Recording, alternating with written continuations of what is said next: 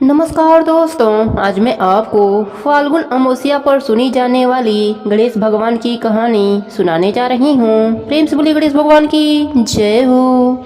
दोस्तों, यह आडंबर दिखावा तो केवल संसार को रिझा सकता है, परंतु प्रभु के लिए तो सच्ची भक्ति, सच्चा प्रेम चाहिए। चाहे भगवान को हम किसी भी रूप में पूज लें, भगवान हमारे प्रेम में बनकर उसी रूप में खींचे चले आते हैं। ऐसा ही हुआ सुमित्रा के साथ। सुमित्रा और उसका पति गांव में एक मकान में रहा करते थे। दोनों ही गणेश जी की बहुत पूजा भक्ति किया करते थे। सुमित्रा की कोई संतान न होने के कारण उन्होंने गणेश भगवान को ही अपना पुत्र मान लिया था और सुमित्रा ने उनका नाम विनायक रखा था।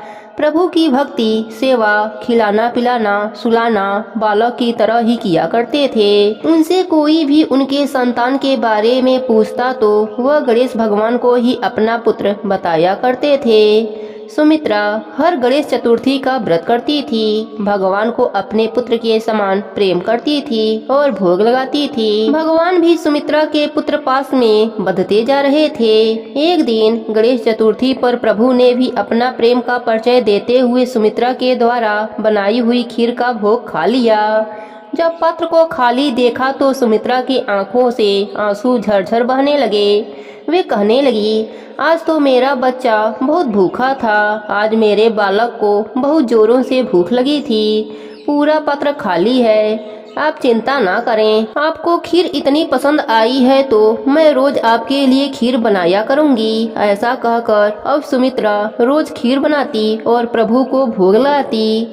ऐसे ही समय बीतता चला गया और प्रभु ने सुमित्रा को माँ बनने का सौभाग्य प्रदान किया।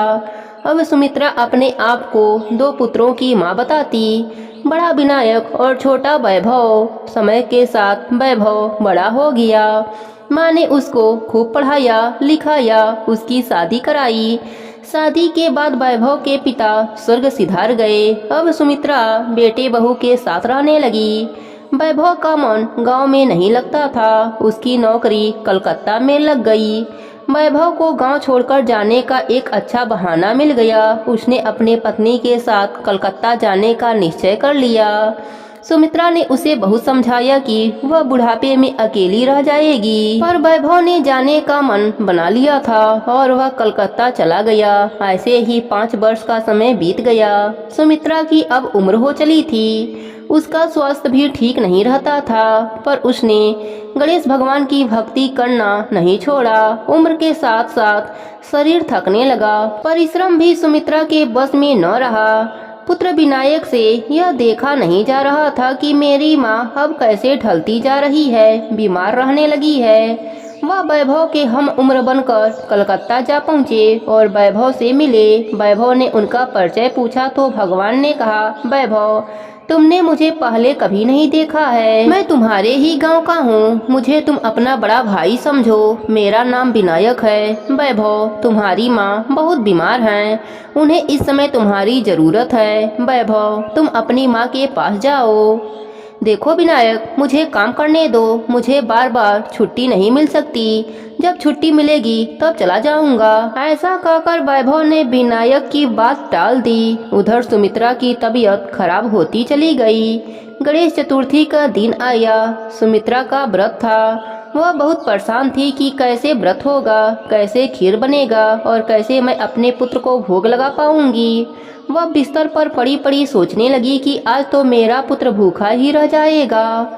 विनायक ने सोचा, माँ ने तो अपने प्रेम का परिचय पूरा जीवन दिया है, अब मेरी बारी है। अब गणेश जी एक सुंदर युवक का रूप धारण करके सुमित्रा के घर पहुँचे और आवाज लगाने लगे, अरे कोई घर में है क्या? जरा थोड़ा सा पानी पिला दो। सुमित्रा ने अंदर से आवाज मारी, बेटा कौन है? अंदर ही आ जाओ। मैं बहुत बीमार हूँ। मैं स्वयं भी पानी नहीं पी सकती। आओ अंदर आकर स्वयं ही पानी ले लो। गणेश भगवान अंदर आए और बोले, मैया यह लकड़ी का गट्ठर कहाँ रख दूँ? तो फिर थोड़ा पानी भी पी लूँगा और सुस्ता भी लूँगा। पानी पीकर गणेश भगवान बोले, मैया बहुत भूख लगी है, क्या कुछ खाने को मिल जाएगा? मैया बोली, बेटा क्या नाम है तुम्हारा? भगवान ने कहा, मेरा नाम तो विनायक है। मैया बोली, अरे वाह, मेरे पुत्र का नाम भी विनायक है। विनायक सुनो, इस समय घर में भोजन के नाम पर कुछ नहीं है, थोड़ा सा चावल और पानी है, दूध लो और मटकी में डालकर जरा खीर बना लो। मेरे बेटे विनायक का व्रत है और उनको भोग लगाना है, जरा खीर बनाकर उन्हें भी भोग लगा दो और तुम भी खा लो। मैं उठ नहीं सकती, मैं बहुत बीमार हूँ, बस मेरा इतना सा कार्य कर दो। विनायक ने कहा, माँ इतना सा कार्य क्यों? मैं तो जब तक आपके पास रहूंगा जब तक आप ठीक नहीं हो जाती। अब भगवान एक बालक का रूप धरकर सुमित्रा के घर रहने लगे और दिन रात अपने माता का सेवा करने लगे। धीरे धीरे सुमित्रा का स्वास्थ्य ठीक हो गया। अब एक दिन विनायक जी बोले, माँ अब तुम बिल्कुल ठीक हो गई हो, अब मुझे जाना चाहिए। मेरा प्रेम भी है और आशीर्वाद है कि जब तक आप जियोगी स्वस्थ ही रहोगी, आपको कोई कष्ट नहीं होगा, कोई बीमारी नहीं होगी, आपके पास नौकर चाकर धन्य धन सब कुछ होगा, आपको किसी के भी सहारे रहने की आवश्यकता नहीं पड़ेगी। सुमित्रा रोने लगी और बोली, बेटा विनायक आप जा रहे हो तो कब आओगे?